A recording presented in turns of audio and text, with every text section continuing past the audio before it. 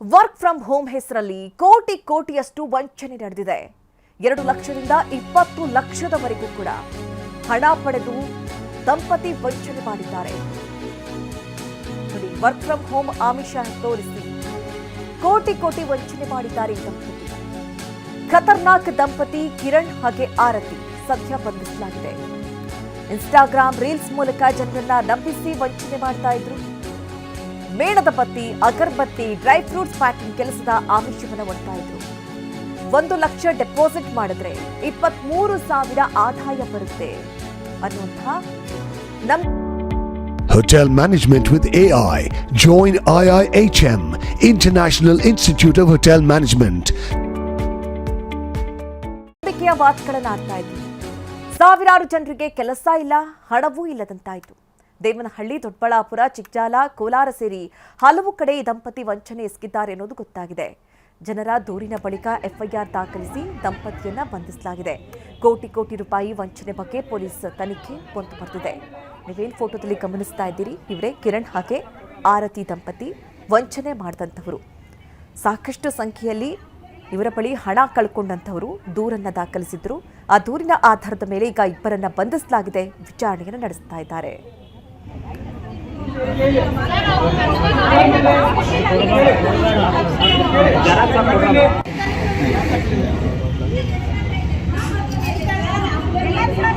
ಈ ಬಗ್ಗೆ ಹೆಚ್ಚಿನ ಡೀಟೇಲ್ಸ್ ಅನ್ನ ನೀಡ್ತಾರೆ ನಮ್ಮ ಪ್ರತಿನಿಧಿ ನವೀನ್. ನಾವು ಗಮನಿಸ್ತಾ ಇರೋ ಹಾಗೆ ಸಾಕಷ್ಟು ಸಂಖ್ಯೆಯಲ್ಲಿ ಜನ ಇವರಿಗೆ ದುಡ್ಡು ಕೊಟ್ಟು ನಂಬಿದ್ರು, ಕೆಲಸ ಕೊಡಿಸ್ತಾರೆ, ವರ್ಕ್ ಫ್ರಮ್ ಹೋಮ್ ಏನಾದರೂ ಮಾಡಿಕೊಡ್ತಾರೆ, 23,000ದಷ್ಟು ಆದಾಯ ಬರುತ್ತೆ ಅಂತ ನಂಬ್ಕೊಂಡಿದ್ರು. ಇವ್ರು ಹೇಳಿದಂತಹ ಮಾತನ್ನ ಜನ ಹೇಗೆ ನಂಬ್ತಾ ಇದ್ರು, ಎಷ್ಟು ಪ್ರಮಾಣದಲ್ಲಿ ಹಣವನ್ನು ಕಳ್ಕೊಂಡಿದ್ದಾರೆ, ಎಷ್ಟು ಸಂಖ್ಯೆಯಲ್ಲಿ ಈ ರೀತಿ ವಂಚನೆಗೊಳಗಾಗಿದ್ದಾರೆ ನವೀನ್?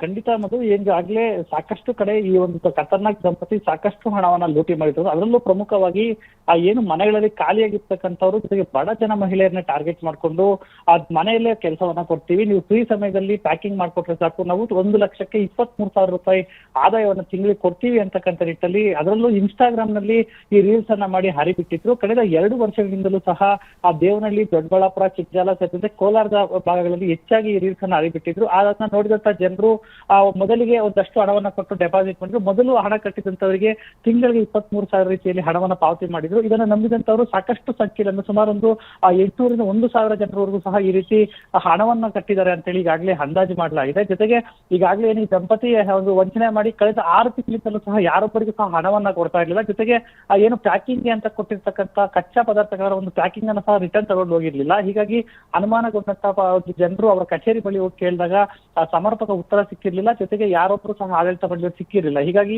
ಆ ದೇವನಹಳ್ಳಿ ಪೊಲೀಸ್ ಠಾಣೆಯಲ್ಲಿ ಪ್ರಕರಣವನ್ನ ದಾಖಲು ಮಾಡಿದ್ರು. ಪ್ರಕರಣವನ್ನು ದಾಖಲು ಮಾಡಿದಂತ ಬೆನ್ನಲ್ಲೇ ಆ ದೇವನಹಳ್ಳಿ ಪೊಲೀಸರು ಈಗ ಒಂದು ಕಾರ್ಯಾಚರಣೆಯನ್ನ ನಡೆಸಿ ಇಬ್ಬರು ಖತರ್ನಾಕ್ ದಂಪತಿಗಳನ್ನ ಬಂಧನ ಮಾಡಿದ್ದಾರೆ.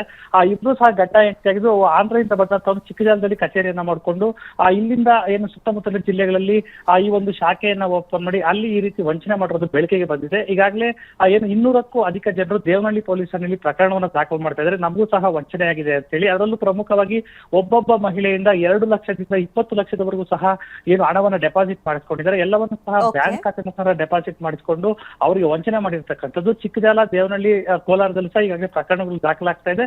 ಈ ಬಗ್ಗೆ ಇಬ್ಬರನ್ನು ವಶಕ್ಕೆ ಪಡೆದುಕೊಂಡಿರುವಂತಹ ಪೊಲೀಸರು ಕೂಲಂಕಷವಾಗಿ ತನಿಖೆಯನ್ನು ಸಹ ನಡೆಸ್ತಾ ಇದ್ದಾರೆ. ಮಧು.